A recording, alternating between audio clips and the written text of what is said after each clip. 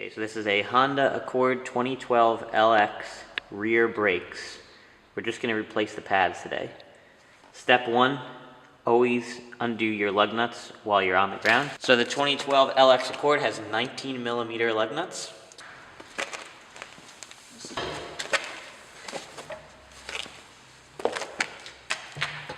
So now we've jacked the car up. We've actually applied a scissor jack to this aft little rail area, lifted it, and then in the center spot between the two scallops, we've put our jacks in. So the next step is to take the 14mm top caliper bolt off.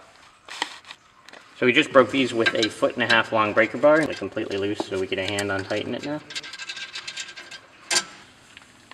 So now that we've undone both screws, you actually only have to undo the top one, but we undid both.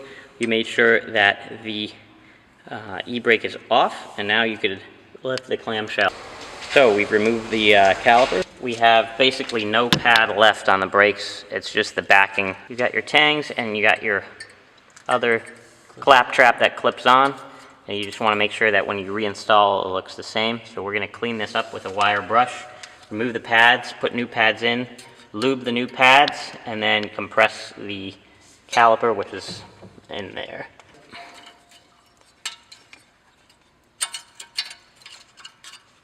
The backing plate's off. We just replaced these two guide flanges or pieces for the top and the bottom, and we put them in, made sure that the caliper bracket is cleaned up.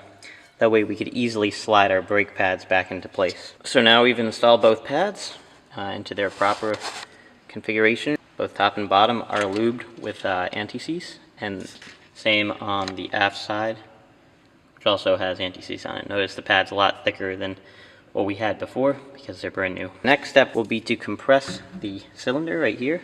So when this is engaged, you could turn. You gotta be a little bit careful, but you hold the caliper and turn it. There's also another tool from AutoZone that does the same thing pretty well, but we rotate the caliper until it's flush. So right now, the piston is flush with the inboard side of the caliper. So one crucial step to this job is to make sure that everything's properly lubricated, including your caliper slides. So this will allow the brakes to wear evenly. Alright, so this is one of the old caliper slide pins. The pin has some grease on it, but not a lot. So what I'm going to do is wipe off the old grease with a rag.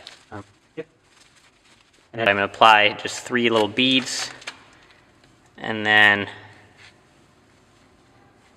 reinsert, and just make sure that most of the grease gets into the boot and doesn't get wiped off. Some of it's going to come around, that's fine, but you want to make sure some of it actually ends up in the boot. You want to make sure the boot covers the whole piece, just like that it clicked on. I'm going to put this guy in,